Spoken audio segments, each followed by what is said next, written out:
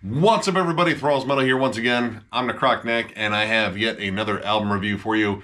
And this is one I've been wanting to go over since I saw that they were coming out with a new album, just because this band's a whole lot of fucking stony fun. So I'm going to go over the latest offering from Bongzilla, Dab City. This also comes out on the 2nd of June on Heavy Psych Sounds. This band formed in 1995 in Madison, Weedconsin.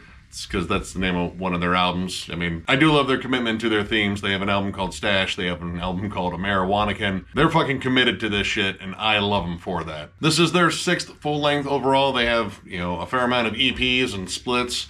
And just in case it was not obvious enough, this is stoner slash doom slash sludge metal. Yeah, I know, little telegraph there. So honestly, I don't own any Bongzilla albums.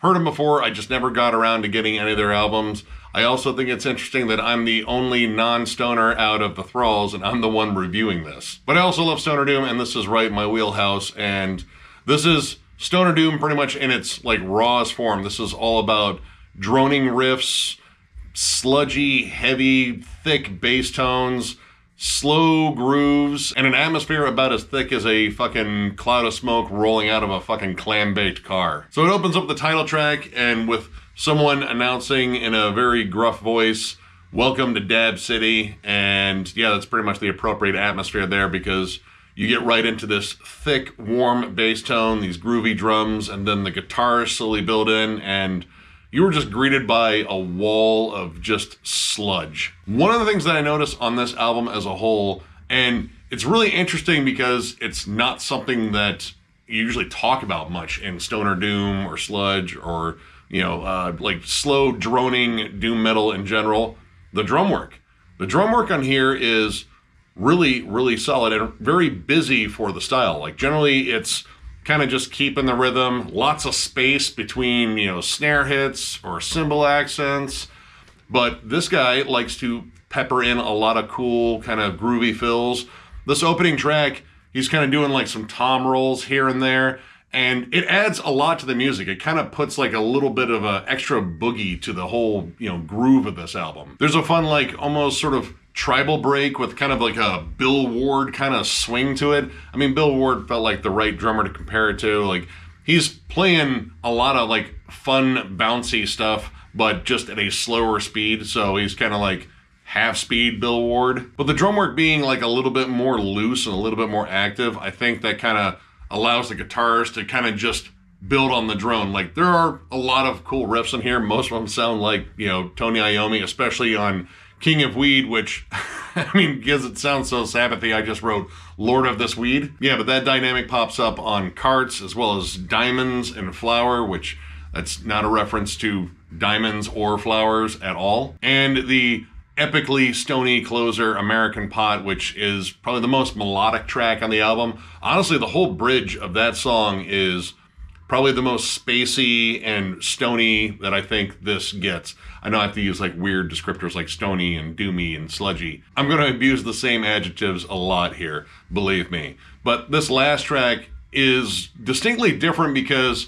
a lot of this is a blend of all the styles. The opening track kind of goes from doom metal, big droning riffs, to more of those warm stoner metal sort of riffs, again, very Iommi-ish, to just big, open, sludgy, heavy, chuggy spots. American Pot kind of just leaves it in the stoner gear and kind of just rolls with it. In fact, the bridge, they just take this long fucking trippy walk, and I absolutely love it. In fact, I think it's the only moment on here where there are some clean guitars, and it sounds absolutely awesome. It's sort of serene, whereas the rest of it is just man, I feel like I'm way too high. Now, the one thing that I've never got with this band, and I don't even understand why they're there, but I guess they do add something, are the vocals. The vocals don't necessarily fit this music. They're closer to sludge metal. I mean, I guess you could draw some comparisons to Weed Eater, and believe me, we're gonna bring up that band later, as well as Bong Ripper. I mean, there's a bit of a theme here, but they're mostly just these nasty, distorted screams. Like they sound like a demon with fucking throat cancer. They're odd. They don't necessarily fit the entire vibe, and they're so distorted you really can't make out what they're saying, like that's ever been a real issue for me. I can imagine what the lyrics are about. They're pretty transparent in their song titles. But here's the thing. The vocals are so infrequent that honestly, you forget that there are vocals at certain points until it just comes in screaming and like, oh, yeah, no, there is a guy that does that. Most of this album is about taking a riff and dry humping it and kind of just letting the tone do the work. And that's what I love about Stoner Doom in general is you can just hit one chord and let it resonate. And it kind of becomes, you know, a huge part of the atmosphere as well. I mean, this band has some extra atmosphere with weird samples that you can barely make out. Like, I think he said something about getting high or how high are you or are you too high? Yeah, again, there's a bit of a theme, but I mean, honestly, I think being able to not make it out kind of adds just like a little bit of mystery because like the whole sound of this album is just very murky and thick. In fact, I really like the production on here. The production on here, it just sounds like they jammed it all in a room at the same time. In fact, you can actually hear where they kind of like click on and like there's a little bit of like an analog hiss there.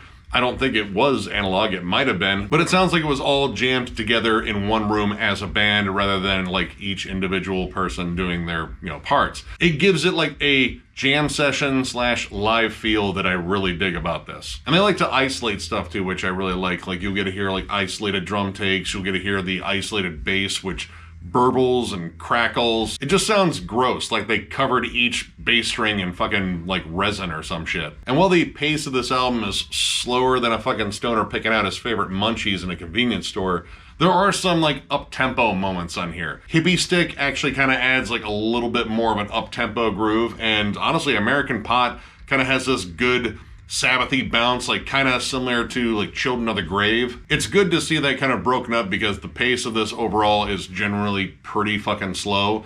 And well, you got to be patient with some of these songs because some of them take a while to get going. Like the opening track, Dab City, which I believe is somewhere near Drone Township, takes a while to build up. It's almost 12 minutes long, but honestly, where they change up things is really cool because you get some cool like drum dynamics and it kind of changes the vibe of the song. And again, it kind of explores sludge, stoner, and doom metal maybe a little bit separately in that one. But the big one that might be patience exhausting for me is Cannonbongs, the Ballad of Burt Reynolds as lamented by gentleman Dixie Dave Collins.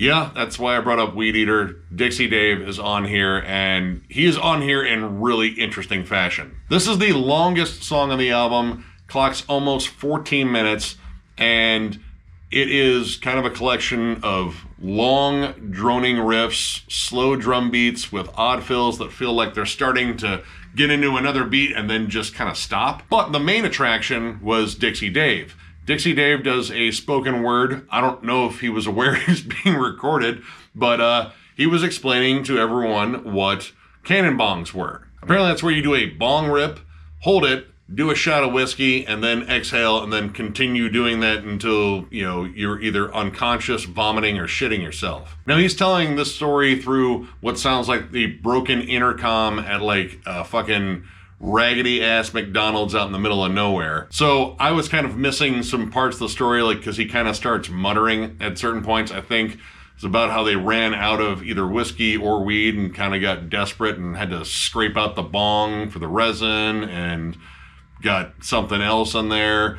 I don't know. I kind of lost the story, and well, he kind of just stops the story at a point, and then the music takes over for this very, very long musical break, which drones on for what feels like 2 days. And this entire time I'm listening to it as it's sort of, I don't know, not really building, kind of like staying in one place, but occasionally twitching. I'm kind of wondering when Dixie Dave is going to pick back up on the story. Like, did he like lose his train of thought midway through and he's just sitting there like, wait, what was it talking about? But the song does some interesting stuff. Like there's some really cool percussion sections with like some, I don't know, what sounds like tuned bells in there. It could have been a keyboard, I don't know. But it's interesting, but the whole thing really goes on too long.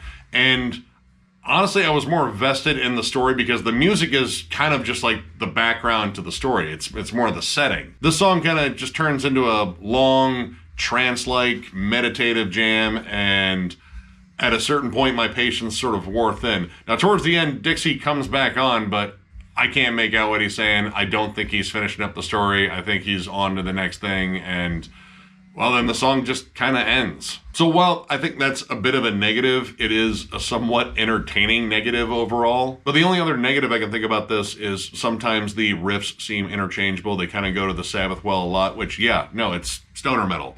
You're supposed to go to that well. You've been drinking from that well since people thought of the term stoner metal. It isn't honestly until the last two tracks, Diamonds and Flower and American Pot, where it sort of branches out a little bit more and kind of changes around the riff dynamic. I mean, the riffs themselves are simple, but they are effective, and they are not only to create like a good solid hook, but also to create a lot of atmosphere. And again, the weird infrequent vocals, I guess I can kind of knock, like especially on American Pot, because it sounds like it's an instrumental jam all the way through, and then all of a sudden the last 30 seconds, oh shit, I have something to growl on the microphone. And it's, you know, maybe like a sentence worth of stuff that I can't really make out, but I don't know, it's just odd where they peppered them in. But overall, this was a lot of fun to jam. This style scratches a very particular itch for me, and I just like very self-aware stoner doom, and I dare this band to be more self-aware about what they're about. So overall, I'm going to give this 3.5 stars. This was a really solid listen. Love the riffs, love the atmosphere. It's weird, it sort of oozes and slithers through your fucking earphones or whatever the fuck you're listening to it on. The only song I really couldn't get fully into was Cannonbongs. I was more vested in the story than I was the music. The music itself got kind of dull there for a while, but pretty much everything else was thoroughly enjoyable. I mean, if you're a huge fan of bands like Monolord, Sleep, or any band that has weed-related anything in their band name or album titles, check this out. It's just a fun, stony jam full of riffs, murk, and probably resin and bong water. So, if you enjoyed this review, give it a thumbs up, and if you are new to the channel, subscribe, because we do stuff like this all the time. We are also on Patreon. If you'd like to help us out there, there's a link down below to thrallsmetal.com. Our Patreon link is there, as well as our store, which we will be loading up on stuff, and we will definitely let you know when that's coming up, because we got some cool designs we want to show off. We also have a giveaway going on. When we hit 15,000 subscribers, we are going to give away a stack of 10 CDs to one lucky metalhead. All you have to do is comment on the video linked down below. It is also playing automatically on our channel. Once you comment, you are entered. When we hit this magic number, we are going to do a comment randomizer, and I will announce the winner on here. And believe me, I'll be thankful as fuck, because we will have hit a milestone that I never thought we'd actually get to. I say that a lot with every milestone we get to, just because I'm still baffled by any of our popularity, but it's really cool. I enjoy connecting with all you metalheads out there. You guys are fucking awesome. You guys are what really keeps this channel going. That, and of course the metal, I mean, we got to give that credit too, but you guys frequently comment, you come up and say hi to us at shows. It's just amazing doing this, and I'm looking forward to bringing all sorts of shit to you guys, because there's so much metal to talk about. So once again, thank you all, and we will catch you later.